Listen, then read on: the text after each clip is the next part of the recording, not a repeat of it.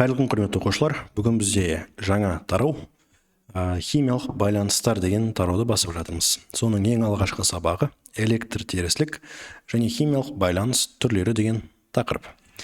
Ал кеттік. Ең бірінші электр терістілік деген ұғыммен танысақ. Электр терістілік дегенімізде бір атомның басқа атомнан электрондарды тартып алуын көрсететін шама. Электр терістілігі жоғары болған сайын ол атом электрондарды оңай тартып алады. Ал электр терістілігі төмен болса, сәйкесінше ол қиын тартады, керісінше электрондарды беретін атом болып табылады екен. Енді электр терістілігі ең жоғарғы, всегда электрондарды өзіне тартып ала беретін атом, ең химиядағы жмот деген атқа қалған элемент, ол бізде фтор. Міне, фтор деп жазылып тұр. Ал керісінше, электр терістілігі ең төмен, электрондарды оңай беретін, электрондары көп, теңпейіл сондай көркемінез элемент, ол бізде франций және цезий деген элементтер болып табылады екен. Енді бір қызығы, алдарыңызда осы Менделеев кестесінде атомдардың және элементтердің электр терістілігі көрсетіліп тұр. Міне, фтордың ең жоғарғы электр терістілігі дедік қой жаңа, ол 4-ке тең екен. Міне, фтордың электр терістілігі 4-ке тең. Ал цезий мен францийдікін қарасақ, вот мынанікі 0,7, мынанікі да 0,7. Екеуі де электр терістілігі 0,7-ге тең болып орналасады екен. Енді бір қызығы, осы Менделеев кестесінде өте бір күшті заңдылық бар. Элементтердің барлығы фторға жақындаған сайын электр терістілігі де жоғарылай береді. Мысалы, бор, көміртек, азот, оттек дегенді салыстыратын болсақ, электр терістілігі жоғарылап жатқан байқаймыз. 2, 2,5, 3, 3,5, 4 деген секілді. Тура солай, Францияға қарай бара жатса, электр терістілігі төмендеп жатқан байқаймыз. Мысалы, литий, натрий, калий, рубий деген элементтерді салыстырсақ, 1, 0,9, 0,8, 0,8, 0,7 деп Францияға қарай төмендеп бара жатыр. Сонда фторға қарай жақын элементтер, электр терістілігі 4-тің айналасында болады, 4-ке жетпейді әрине. Ал Франция мен цезийдің айналасындағы элементтер электр терістілігі 0,7-ның айналасында болады. Сонда былай түсіндіруге болады тағы да, фтордың айналасындағы элементтер, олар бізде электрондарды тартып алғыш, ал цезийдің айналасындағы элементтер, олар бізде электрондарды бергіш. Или тағы да сәл басқаша ой жеткізсек, фтордың айналасындағы элементтер, олар бізде бейметалдар, яғни көбінесе бейметалдар электрондарды тартып алады. Ал Франция мен цезийдің айналасындағы элементтер, олар бізде металдар болып табылады екен. Жалпы Менделеев кестесінде 118 элемент бар, оның 22-сі ғана бейметал, ал қалған 96-сы металл болып табылады. Келесіне енді. Енді осы элементтердің металл, бейметалл екеніне қарай химиялық байланыстардың түрлерін қарастырсақ болады. Жалпы 4 химиялық байланыс бар: ковалентті, металдық, иондық және сутектік. Ал енді бастайық. Ковалентті дегенне бейметалл мен тағы да бейметалл былай байланыс түссе, ол ковалентті деп аталады. Екі түрі бар екен: полюсті, полюссіз. Қараңыздар, полюсті деген әртүрлі бейметалл. Міне сутек бейметалл ма, хлор бейметалл ма, екеуі ковалентті полюсті байланыс еді. Міне көміртек бейметалл, оттек бейметалл, екеуі тоже ковалентті полюсті байланыс. Міне сутекте, күкіртте, оттекте барлықтары бейметаллар, значит бұлар ковалентті полюсті. Опять же, қайталап айтамын, әртүрлі болу маңызды. Ал енді бірдей болса, мысалы, сутекпен сутек, оттекпен оттек, хлормен хлор, азотпенен азот деген секілді көрдіңдер ме? Бірдей элементтер өзара байланыс тұр, бұлар еще барлықтары бейметалдар, бұл кезде уже полюссіз деген атқа қалады екен. Сонда әртүрлі бейметалдар полюсті, бірдей бейметалдар полюссіз. Келесі, металдық аты айтып тұр. Металдың жалғыз өзі болса, металдық деп аталады екен. Міне натрий, калий, темір, алтын, алюминий, бұлардың барлықтары жалғыз өзі тұр. Бір қызығы, бұлар негізі былай кездесе, бір металл басқа металлмен өзара байланыс тұрады, типа осындай деген секілді. Ол осындай металдық байланысы болады екен екеуінің арасында. Келесі иондық. Енді біз бейметалдар арасындағы байланыс көрдік, металдардың арасындағы байланыс көрдік. Енді металл мен бейметалдардың арасындағы байланысты көрсек, бұл иондық болады екен. Яғни металл плюс бейметалл. Мына натрий металл, хлор бейметалл, калий металл, йод бейметалл. Мына темір металл, мына оттек пен сутектер бейметалдар. Алюминий металл, мына екеуі қазір бейметалдар. Осындай логика бойынша иондық байланыс деп аталады. Ал енді төртінші байланыс ол бізде сутектік деп аталады. Негізінде шын мәнінде келген кезде жігіттер қыздар сутектік деген байланыс жоқ.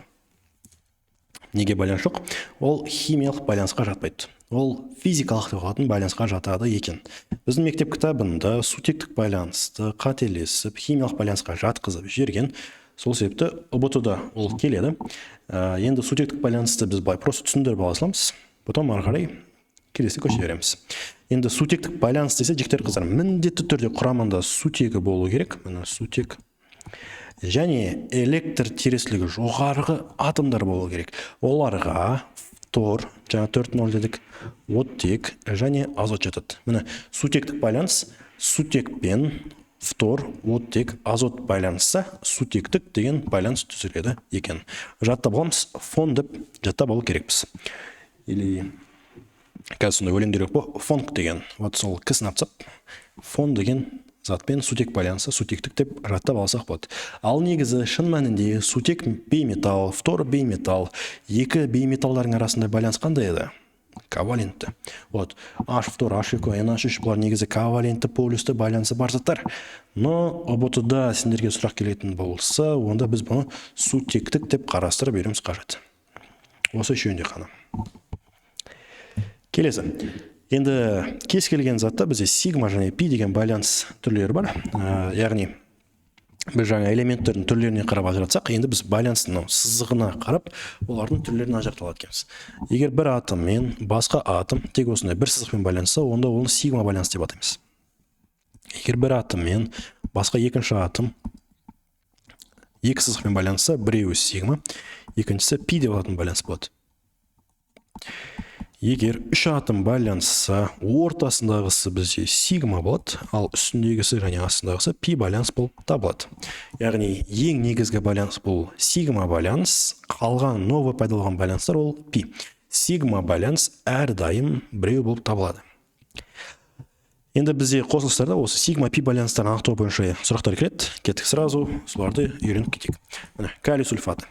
Ең бірінші жігіттер қыздар, валенттілік табудан басаймыз. Калий тұрақты бізде бір валентті, оттек тұрақты екі валентті. Осы жерде күкірт табу керек. Оны табу үшін мына 2-ні түркеге өтем. 8, мына 2-ні бірін апсам, 2. Точнее, көбейтем. 8-ден 2-ні аптасасам 6. Күкіртім 6 валент. Енді кеттік бастаймыз. Ең бірінші металл жазып аламыз. Калий, мынау 2 штук екен көрсетеді. Бір валенті деген сөз ол бір сызықты былай шығарады. Енді бұл калий әрқашан оттекпен былай байланысады екен. Қараңыздар, оттек 2 валентті бір сызығын шығарып қойды. Ол тағы да бір сызық шығару керек. Мына оттекте бір сызығын қана шығарды, екеуі шығару керек. Енді ол кәскімен байланысады. Мына калий кетіп қалды. Оттек өзара бүйтіп байланыса алмайды. Кім қалды сонда бізде қазір? Күкірт. Бір күкірт мына оттекті де өзіне былай тартып алады екен. Енді қараңыздар, оттек 4 штук болу керек. Мен қазір екеуін ғана жаздым. Тағы да 2 штук оттекті былай қойып қоям. Енді каждый оттек 2 сызықтан шығару керек. Мен былай бір сызықпен шығарып қойсам, ол жеткіліксіз болып қалады. Сол себепті екінші сызығын да былай сызып қоюым қажет. Мынау сонда міне қазір калий 2SO4-тің сигма пи байланыстарын табуға арналған структуралық формуласы. Ал кеттік, бір сызық болса сигма, мынау да сигма, мынау да сигма, мынау да сигма. Мынау да сигма. Мынау болса пи. Мынау да сигма. Мынау болса пи. Сонда 1, 2, 3, 4, 5. Мынау сигмам қандай қандай қоймыз? Бүйтіп қойсақ 6 сияқты. Қайыр жеріп басын. Так, 6 сигма, 2 пи байланыс екен. Келесі натрий 3 по 4. Оттек 2, натрий 1. Мына 2-ні түркеге өтем. 8, 3-ті 1-ге өтем. 3, 8-ні 3 таптасайым. 5 фосфор, сонда 5 валент екен. Сонда кетіп бастаймыз. Натрийдан 3. Әрқайсы бір сызықтан. Міне бір сызық, міне бір сызық, міне бір сызық. Әрқайсы оттекпен байланысу керек. Міне бір оттек, міне бір оттек, міне бір оттек. Қараңыздар, натрийдің бәрін сызып қойдым мен. Оттек өзара байланыса алмайды. Кіммен байланысады сонда? Фосформен. Мынау да фосформен, мынау да фосформен, мынау да фосформен. Енді 4 оттек жазу керек едім. 3-ін қана жазып қойдым. Біреуі қалды. Бұл бір сызық шығарып қойсақ, оттек эквиваленті болу керек. Мына екінші сызығын да болса сызып қоямын. Сонда оттегім де эквиваленті болды. И фосфорым да қанша валенті болып тұр екен? 5 валенті болып тұр. Мына 1, 2, 3, 4, 5. 5 сызық шығарды. Мына аяқта күкіртті де айтудан кеттім. Күкіртте 6 валенті. Мына 1, 2, 3, 4, 5, 6. Яғни валентлік оның шығаратын байланысын көрсетеді. Ал кеттік, сигма пи байланысын санасақ, мына сигма, мына сигма, мына сигма, мына сигма, мына сигма, мына сигма, мына сигма, ал мынау болса пи. Сонда 7 сигма 1 пи байланыс екен. Келесі. Кальций 3,4 2-ні тауып көрейік. Соңғы алюминий сульфатын өздеріңіз анықтап көріңіздер. Менің жауабын айтам болды. Кеттік, кальций 3,4 2-ні тапсақ, тура жаңағыдай валентлігін табамыз. Оттек 2, кальций. Так, кальций 3-ні отқам ше. Кальций 2 бізде. 2-ні 4-ке өтем 8, бір қызығы мына сыртындағы 2-ге де көбейтем. 8 2-ге өтем, қанша? 16. 3-ке көбейтсем 6, 16-дан 6-ны аптасысам 10. Енді менде фосфордан 2 ғой, 10, 2 фосфор 10 сызық шығару керек екен. Сонда бір фосфор қаншадан шығарады? Бір фосфор 5-ден шығарады. Ал кеттік, үлкен форма бойынша тұр қазір. Кальцийдан 3 былай салу керекпін. Әрқайсы 2 сызықтан. Былай 2 жаққа сызықты жіберем. Менде енді оттек қазір 8 штукты, мына жақта 6 байланыстың. Әрқайсына мен былай оттекті байланыстырам. Енді жігіттер қыздар, қараңыздар. 6 оттек кальциймен байланыспайды, кіммен байланысады? Фосформен байланысады. Қараңыздар, 6 оттек 2 фосформен байланысу керек. Сонда бір фосфор қанша оттекті өзіне әкетіп қалу керек? Әрине 3 оттектен бетіп байланысу керек. Міне. Енді менде қанша оттек қалды? 8 болу керек еді.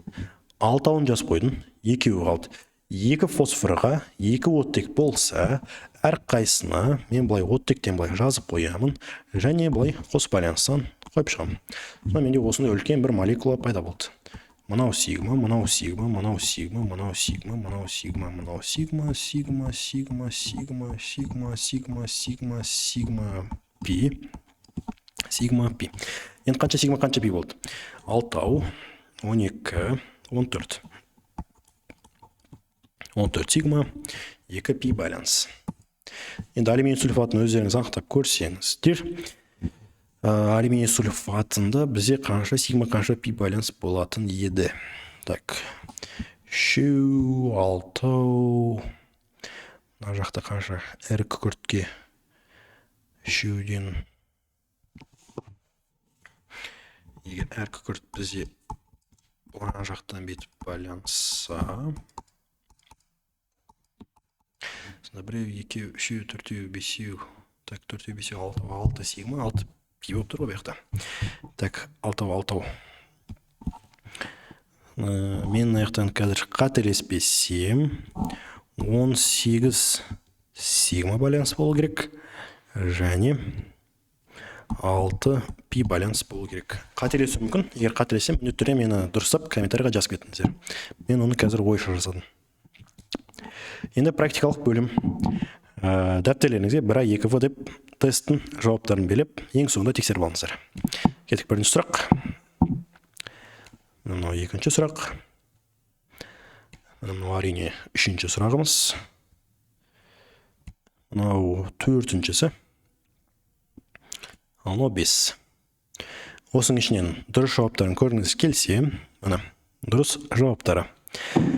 Жігіттер қыздар, әдеттегідей қанша сұрақтың дұрыс жауабын тапқаныңызды комментарийға қалдырып, осы видеоға лайк басып тіркелуді ұмытпаймыз. Қош, сау болыңыздар.